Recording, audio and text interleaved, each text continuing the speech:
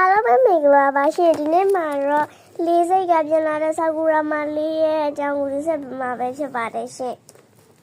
ငါတော့ပြီနော်ငယ်ချင်းအေးညမလေးဖေးရှိတော့မယ်လေးလင်းချင်းစီရတာမလေးကငါငယ်ချင်းကတော့စင်ကာပူသွားတယ်ငါမရှိတော့မှာဆိုတော့စီးဆိုင်ကိုငါမေမစားလို့ရောက်စီးဆိုင်ဝယ်ဦးမဒါစီးဆိုင်လားမသိဘူးဟုတ်တယ်တောင်းဝယ်ဦးမပဲအမမင်္ဂလာပါအင်္ဂလာပါမဝင်ကမယ်ငါမေကိုဆန်ဒွစ်လေးဝယ်စားလိုက်မယ်ကာကိုလာလေးရောအမရှင်းမယ်ဟုတ်ကဲ့ပါဘာကြောက်လဲ2000ပါဟုတ်မတွေ့ပြီပဲငငယ်လေးတော့နေတဲ့ငါဖေနဲ့ငါမေအင်းတော့ငငယ်တော့ငါဖေနဲ့ငါမေနဲ့အမနေရဟိုနေတလုံးတိနေတော့လဲရဖြတ်ကူရတာငါအခုမှဒီဆာကူရာမျိုးကြီးတွေကိုရောက်လာတာဆိုတော့ဝေါမလိုက်တာအဖေအမေ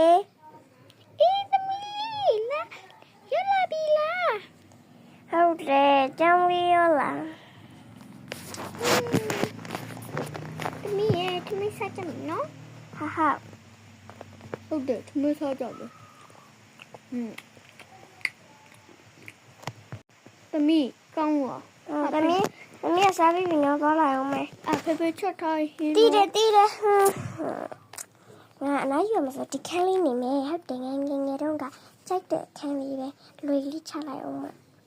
လွယ်လေးချပြီးသွားပြီဆိုတော့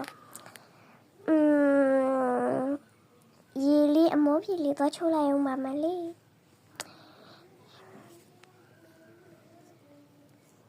ဝါးချိုးလို့လည်းကောင်းလိုက်တာရေလေးကိုအစ်စက်နေရောပဲနေရတဲ့ညဆိုတော့ပဲ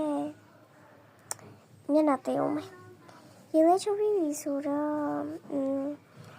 အေးတော့လဲရမယ်စပင်လေးရဲ့အောက်ကိုချထားရမယ်စပင်စီးထားတာအေးရလုပ်ပြီးပြီဆိုတော့အဲ့တော့မယ်